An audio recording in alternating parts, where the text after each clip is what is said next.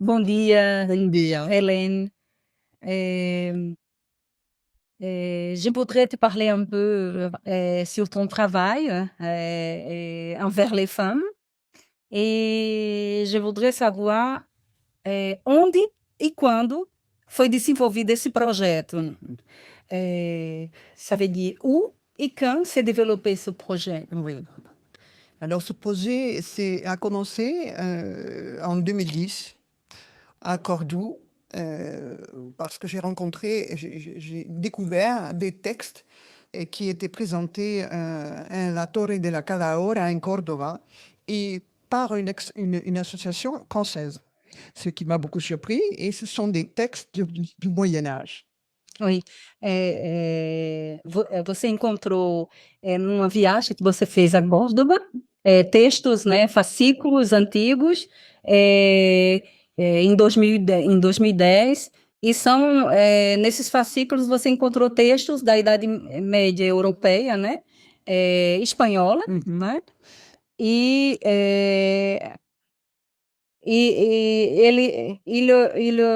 ces textes, ils, euh, ils traduisent en fait quel sujet? Alors, ces textes ce sont déjà 4 sages qui sont les auteurs, c'est-à-dire 4 philosophes. Le premier, c'est Alphonse X le Sage, qui a prié Dieu le chrétien, donc pour que les 3 religions puissent vivre ensemble. À cette époque-là, c'était de temps en temps difficile. Et pour ce qui est du chrétien, après, il y a Maïmonides, qui est le personnage de confession juive, hein, qui lui a insisté sur la lecture littérale des textes sacrés qui ne doit pas être faite. Au contraire, elle doit être une lecture allégorique. Et de même, il a bien spécifié que la richesse, ce n'est pas l'or. La richesse, c'est le développement personnel. Et ensuite, il y a Ibn Arabi. Ibn Arabi, qui est donc musulman, philosophe, médecin, poète. Et Ibn Arabi a parlé du positionnement des musulmans par rapport au Coran, en disant que dans le Coran, il est écrit qu'il y a un libre arbitre. Et qu'on n'est pas dans la soumission, on est dans l'abandon à Dieu. Et ce libre arbitre doit être respecté et il faut apprendre à penser par soi-même. Ça, c'est une chose que j'ai découverte. Et pour le quatrième, il s'agit d'Averroès. Lui a parlé aux femmes. Et c'est ce qui a retenu mon attention en premier, finalement. C'est qu'il s'adressait à une assemblée d'hommes et de femmes. Et à un moment donné, il y a une femme qui a dit « Et nous autres, les femmes, qu'en est-il » Donc, il a expliqué que les hommes ont la coutume de considérer les femmes comme des plantes et ils sont intéressés par les femmes uniquement pour la procréation. Et de surcroît, elles sont reléguées à un niveau de domestique. Et ça, il spécifie bien à Averroès que ça n'a rien à voir avec le Coran. Ah oui. Je vais le traduire. Merci. Como você falou, do que tratam esses textos, né? Esses textos foram desenvolvidos por 4 sábios que você falou dessa época, né, medieval na Espanha. Alfonso X, o sábio, rei de uma parte do sul que permaneceu cristã, e ele orava, né, para que as 3 religiões do livro vivessem em paz, né?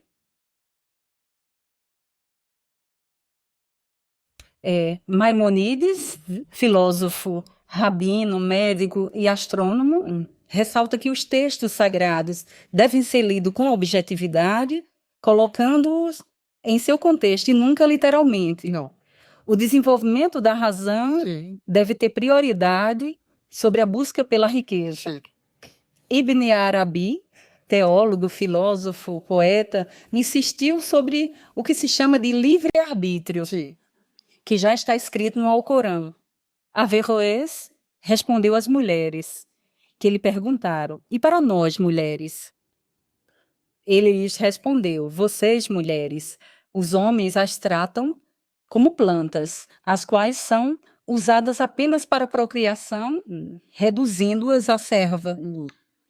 Ele então especifica: estes são comportamentos dos homens e não tem relação alguma com o Alcorão. Nada. Et tu as parlé de que a parler ce texte. Então, que relação você fez entre as mulheres daquela época medieval e de hoje? Quel lien avez-vous fait entre les femmes de ce temps-là et l'époque actuelle? Oui, oui. Ce qui m'intéressait, c'était répondre en quelque sorte à Véroès et aux femmes, parce que je voulais les rendre visibles. Voilà, parce que la parole nous pose cette question aussi: où sont-elles? Et évidemment, on n'a pas leur portrait. Donc, je voulais faire des photos de femmes à l'heure actuelle qui sont traversées aussi par ces questions de religion. Et j'ai commencé à chercher autour de moi. Et à cette époque-là, après j'ai changé, mais à cette époque-là, j'étais infirmière en parallèle avec mon travail de photographe. Et donc, j'étais au contact de ces femmes musulmanes, juives, chrétiennes. Mais ça a été compliqué, difficile de faire accepter l'idée de cette représentation. Parce que dans le Coran, la représentation humaine n'est plus permise. Elle a été permise dans les temps pré-islamiques. Il n'y avait pas tant de tabous. Mais à l'heure actuelle, c'est beaucoup plus difficile. Chez les personnes qui sont dans le culte musulman, on ne voit pas de tableaux, on ne voit pas de photos sur les murs, rien.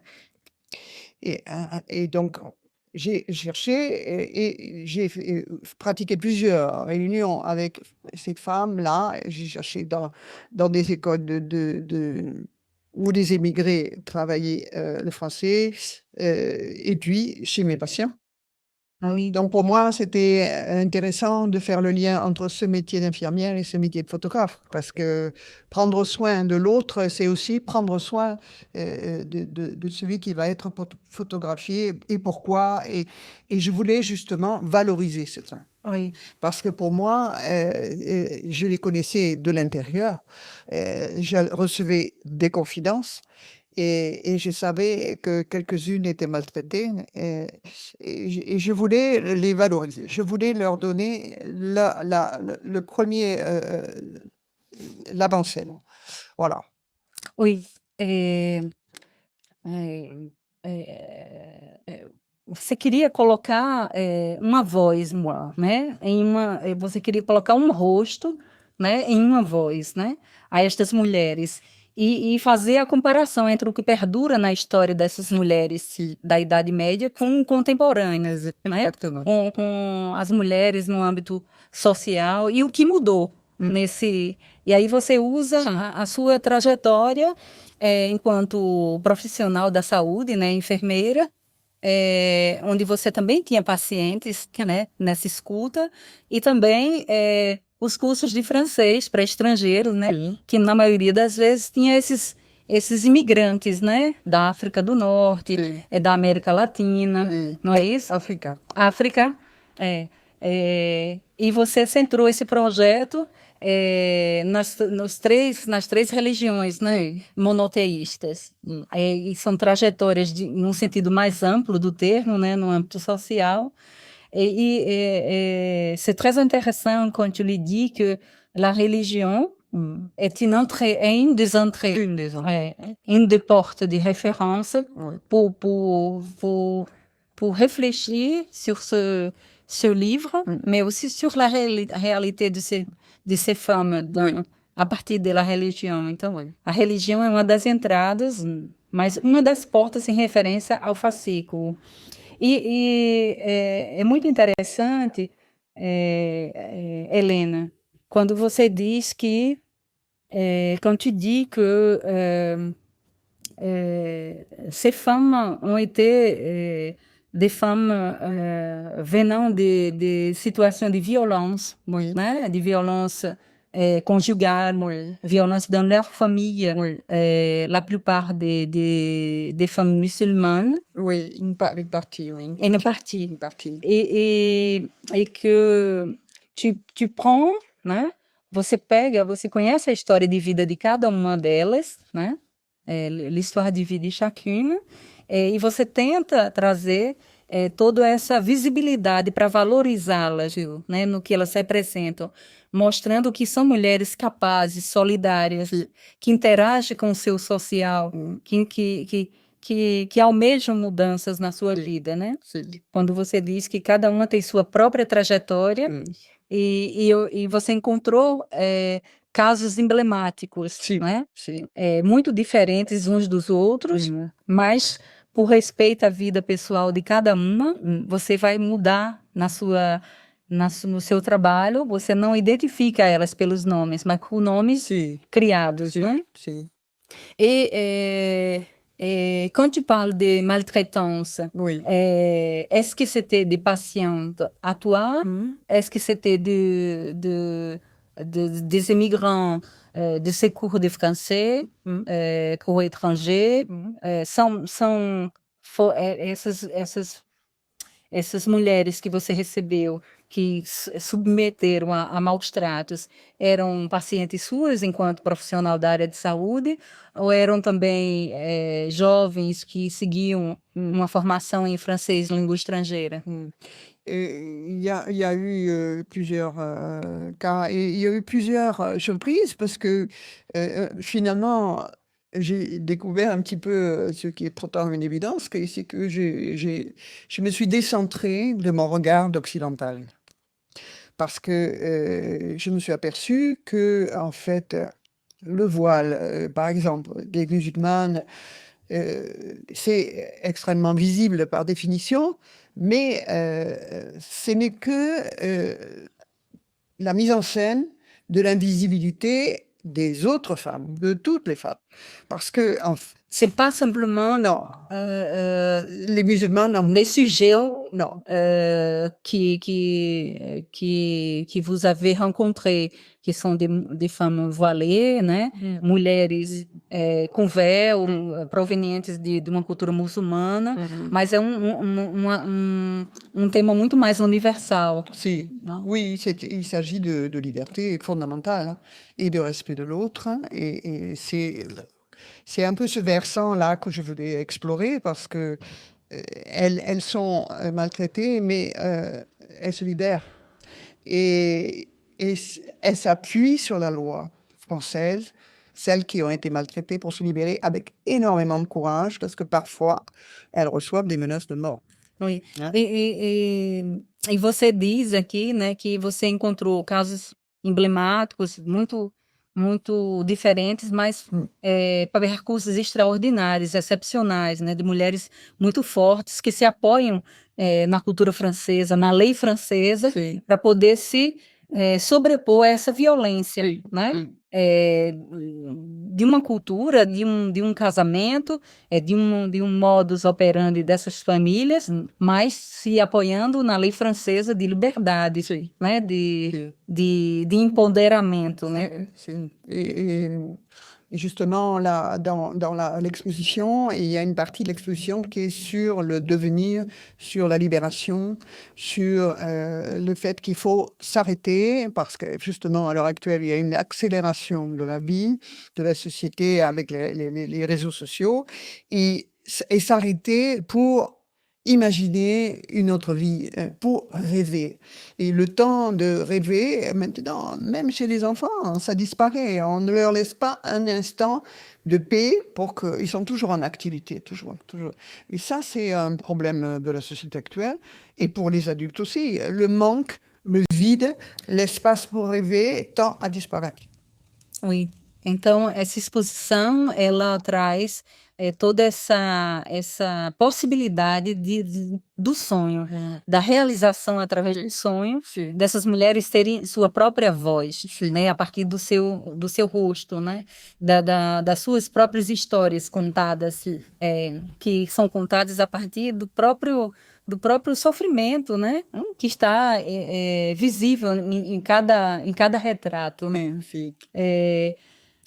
Você fala muito, Elise, tu parles, Helena, tu parles sur como tu as connu ces femmes, né? Como você conheceu essas mulheres, né? E que você, todas imigrantes, mas você fala tu parles d'un contexte de recherche, Oui, né? En tant qu'artiste, en tant que professionnel, entre deux mondes, Oui. hein? Un monde espagnol oui, e un monde français. oui. Est-ce que tu pouvais parler um pouco de ça?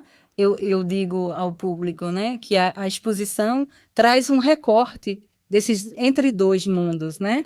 Un monde français Oui, et un monde espagnol où il y a tous les deux oui, une forte migration. oui, Ouais. exactement, oui. Et comment cela s'y verrait dans l'expo. Oui, Oui, et j'aimerais bien que tu parles sur ça, oui, sur Marseille oui, et sur Grenade. oui. Hein? Ben, Marseille, la spécificité, c'est un grand port, c'est un site exceptionnel, fabuleux. C'est un ancien comptoir grec, donc existe depuis longtemps. Et donc, à Marseille accueille des migrants de tout le pourtour méditerranéen, en incluant l'Afrique du Nord et l'Afrique en général. Hein. Et donc, il y a un brassage de population extraordinaire. Il y a des Marseillais qui sont très ouverts, qui fraternisent, parce que au final, c'est la seule solution. Oui, et il y a eu des vagues d'immigration à Marseille. Il y a eu les Arméniens, il y a eu, en ce moment, il y a les Comoriens, et il y a eu énormément de vagues de migration. Et du côté espagnol, il y a eu cette invasion des Nazaris venant de Damas, de Syrie, qui étaient persécutés là-bas et qui se sont sauvés grâce à cette avancée jusqu'à l'Espagne. Ils sont même remontés jusqu'en France, mais on les a arrêtés en si bon chemin. Et donc, en Espagne, ce qui m'intéressait aussi, c'était cette multiculturalité qui perdure, puisque il y a eu énormément de migration comme d'invasion. Et cette mixité historique, pour moi, a été en parallèle avec aussi, et pas seulement, les musulmans qui sont à Marseille, mais aussi les juifs qui ont été à Grenade avant les Arabes. Et ça, on n'en parle quasiment jamais. Donc, je voulais absolument donner la voix aussi à représenter aussi la communauté juive. Et cette espèce de même qu'en Espagne, la migration interne a beaucoup existé et la migration externe.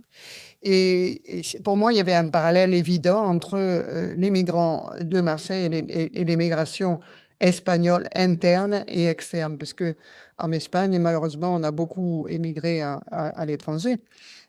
Donc, pour moi, c'était le sujet central de la migration, axé sur les femmes, mais aussi en parallèle au niveau social, le communautarisme. Parce que j'ai pris cet axe de la religion, mais en même temps, c'était le communautarisme aussi qui était en question, parce que chaque religion, en fait, et chaque ethnie se regroupent en communauté. Alors, ça peut être une communauté, par exemple, de Kurdes, ça peut être aussi une communauté à forte couleur musulmane, qui est encore d'autres groupes.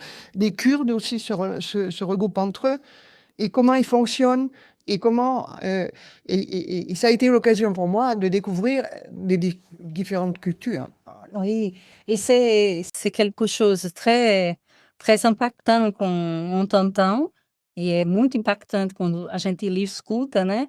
Que você mostra o seu lugar no mundo, né? Nesse entre dois, entre a França e a Espanha, né?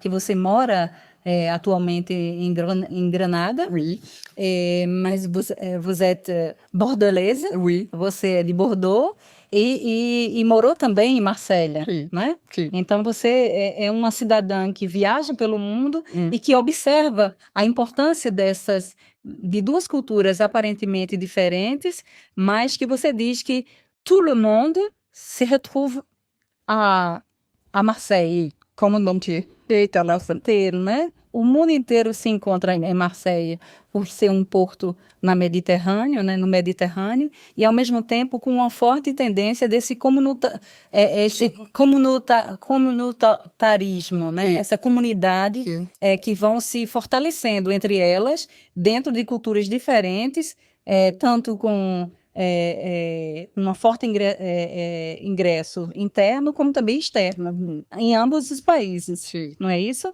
E que você vai observando através do seu trabalho, que nem todos sabem Sim. que você é fotógrafa, né? E era fotógrafa no momento que você fazia esse trabalho, né? Mas, assim, esse turbilhão, esse caleidoscópio Sim. cultural Sim. entre afegãos, sirianos, né? Comorianos, africanos da África do Norte, que muita gente não sabe que na Europa tem países africanos, né? Sim. Que é Argélia, Tunísia, Marrocos, né? Poucas pessoas sabem disso. E imigrantes de todos os países, né? Como você coloca. E o que é mais importante é como você desvenda a partir da sua arte, das suas fotografias, esses imaginários também éticos, né? Essas populações, essas culturas, né? E a sua importância no contexto nas quais elas se inserem. Je sais pas si tu... Parce que on est en train de faire un tour par rapport à ce que tu as écrit. Quelque chose encore sur comment tu as retrouvé ces femmes. Tu parles que les réunions que tu faisais avec ces femmes étaient parfois en cachette de leur famille e aussi de leur mari. É interessante mostrar, né, que essa aproximação, esse estabelecimento de confiança junto a essas mulheres, né, que já têm um passado difícil, né, emblemático. Você, para algumas serem fotografadas, você precisou de autorizações, né? Principalmente para aquelas advindas de uma etnia muçulmana, né? Que ainda usam véus. Então, como foi isso? E que você diz mesmo, né? Na Espanha, a mantilha ou o véu ainda é considerado, né? Ainda era obrigatório, né? Para entrar em determinados recintos, né? Religiosos, como a igreja. Como você poderia falar sobre isso? Comment tu peux, à partir de ce que tu disais là, qu'il y a un grand rêve de liberté, mais il y a également um tiraima, uma luta incessante, né, para sair desse contexto de prisão, né, de pouca liberdade para as mulheres. En particulier, je pense à une réunion que nous avons eue dans une famille kurde, et je pensais personnellement que ce serait les maris la difficulté. Et en fait, je me suis aperçu que c'était la belle-mère Et oui, qui avait le pouvoir entre toutes les femmes et les maris. Et ça a été quand même une découverte, parce que même si c'est pas très innovateur, c'est quand même étonnant. le matriarcat, né, o matriarcat é muito só. Patriarcat, il y a un pouvoir de la femme qui peut se changer très vite en pouvoir d'oppression sur les femmes. Mais À l'intérieur. oui, et l'intérieur, à l'intérieur des familles. Et ça, c'était pour moi un peu difficile, parce que je pensais avoir la complicité. Ça, il a fallu la construire. Mais il faut savoir quand même une chose, c'est que ce concept de liberté hors religion, en dehors de la religion, ça n'existe que pour les Occidentaux. Ça, c'est un regard occidental. Les droits humains, tout ça, c'est occidental. Il faut savoir ça. Le droit de manifester, par exemple, ça n'existe pas dans les autres pays, parce qu'on ne manifeste pas. Et quand on manifeste, tout a été organisé. Ça n'est pas spontané. Tout a été orchestré. orchestré. Il faut savoir ça. C'est une culture occidentale. Mais les femmes profitent de ce droit français pour se libérer. Et ça, c'est magnifique parce qu'elles sont accessibles à ça. Oui, Mais elles ont accès par la loi, elles ont accès à d'autres possibilités. voilà. De... Oui, mais pour moi, au bout d'un moment, j'ai compris que c'était pas la question de la religion qui était primordiale, c'était la question de la visibilité des femmes, de la place des femmes et de la liberté des femmes. Mais la religion était finalement au second plan, parce que on peut très bien vivre sa religion et être libre. Le tout, c'est de choisir, d'avoir la liberté de choisir. Cette entrée par la religion, c'était une façon de voir les choses. Mais c'est seulement un côté. Je ne veux pas que le débat soit uniquement centré sur la religion. Le débat est centré sur la liberté de la femme, sur donner une voix à la femme. Então, o mais importante nessas reuniões que você desenvolveu com essas mulheres era exatamente a religião ficou num segundo plano, mas o poder das mulheres nos interiores,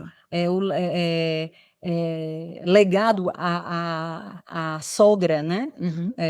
Que mesmo num poder patriarcal, as mulheres, as sogras, as matriarcas têm um poder de decisão e também de uma certa opressão nesses interiores familiares de mulheres.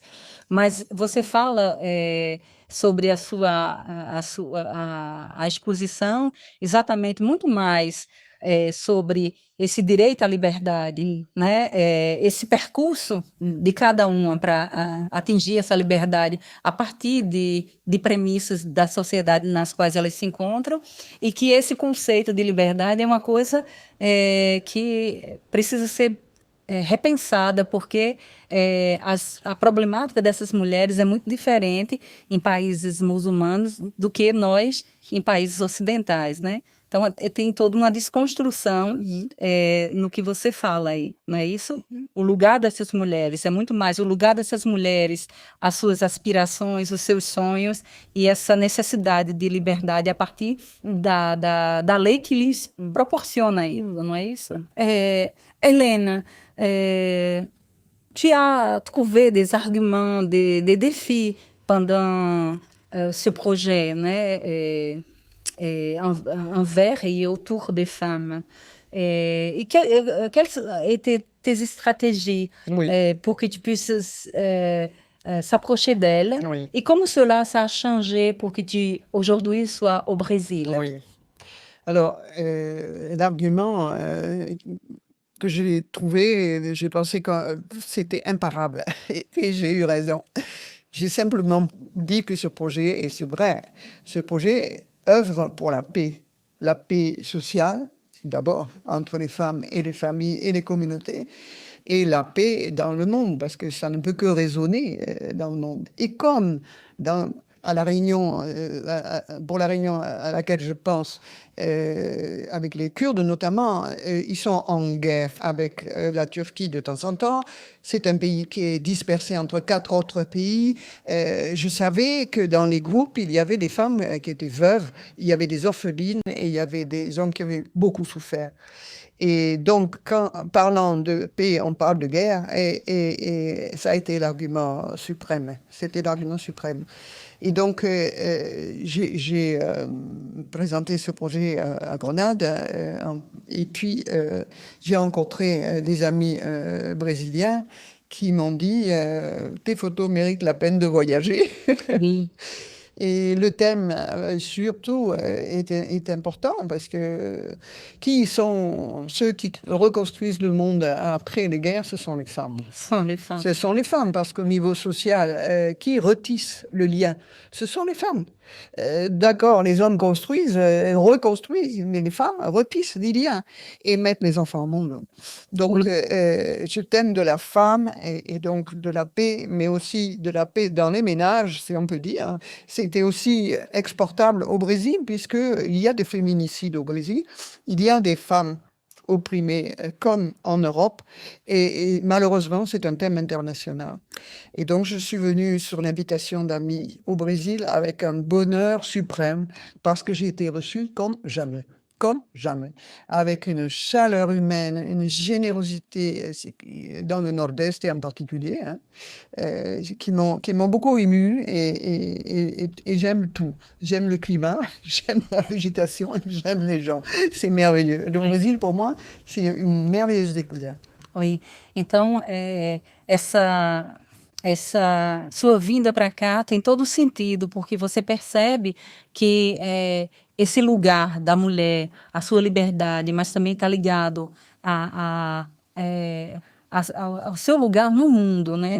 Ligado à guerra, as mulheres que transformam, né, a guerra num lugar possível de se viver, né? Porque todos esses conflitos nesses países muçulmanos, na maior parte deles, fazem mulheres viúvas, fazem muitos órfãos, mas você vê que o feminicídio também é um trabalho que ele é universal, porque no Brasil você percebe isso, que há observatórios, né, contra o feminicídio, que acontece muito, do mesmo jeito que acontece lá.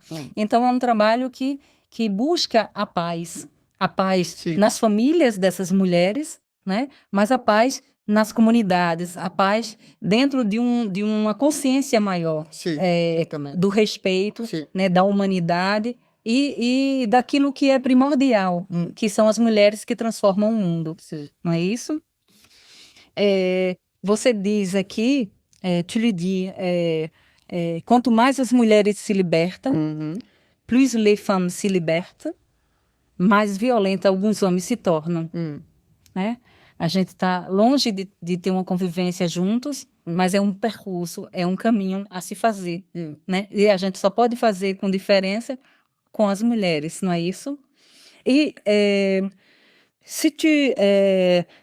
você diz também que a sua vinda para o Brasil, né? Esse encantamento do Nordeste, né?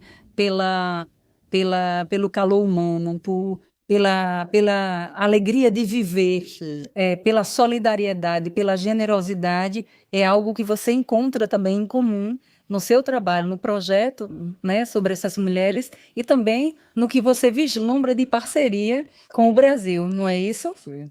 Et il est certain que malheureusement les chiffres aussi au niveau du féminicide existent en Europe, évidemment, hein, en Afrique et partout dans le monde. Et c'est ça contre quoi il faut lutter, la paix dans les familles d'abord. Parce que si les familles sont en guerre, la planète va suivre d'une façon ou d'une autre. Hein. Et on assiste aujourd'hui à la montée des fascismes. Oui.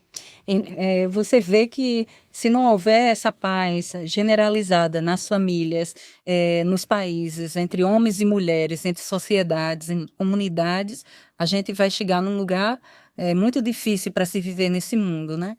E se você quisesse dizer algo aqui nessa parceria franco-brasileira, né, dans ce partenariat qui s'établit entre la France et le Brésil, la France, le Brésil et l'Espagne, você gostaria de dizer o quê? Moi, je trouve ça merveilleux parce que c'est le partage des cultures. Hein. On a rien de mieux à faire que de se connaître les uns les autres, d'essayer de rencontrer la philosophie de l'autre et surtout ne pas convaincre l'autre de sa propre philosophie. C'est l'erreur qu'on commet croyant que les valeurs occidentales sont systématiquement exportables. Non, il faut pénétrer la culture de l'autre, découvrir la culture de l'autre et essayer de la faire sienne pour la comprendre et dialoguer avec l'autre qui est différent, mais avec le sens commun de l'humain. Et finalement, la condition humaine, ce qu'on appelle l'humanité, l'humanisme, c'est à cultiver chaque jour. Oui. Então você diz que o seu trabalho vislumbra e respira isso, a humanidade, se colocar no lugar do outro, respeitar a cultura do outro, se apropriar dessa cultura e não querer impô-la, né? Mas descobrir junto com os nativos, o melhor lugar, né, de comunicação, de diálogo, de partilha, e é o que você encontra aqui. Si, et il y a à la fois des différences qui sont importantes et il y a à la fois des points communs, comme par exemple les troubadours. Oui, há diferenças, né? Há pontos em comum, esse sentido, né, da humanidade, né?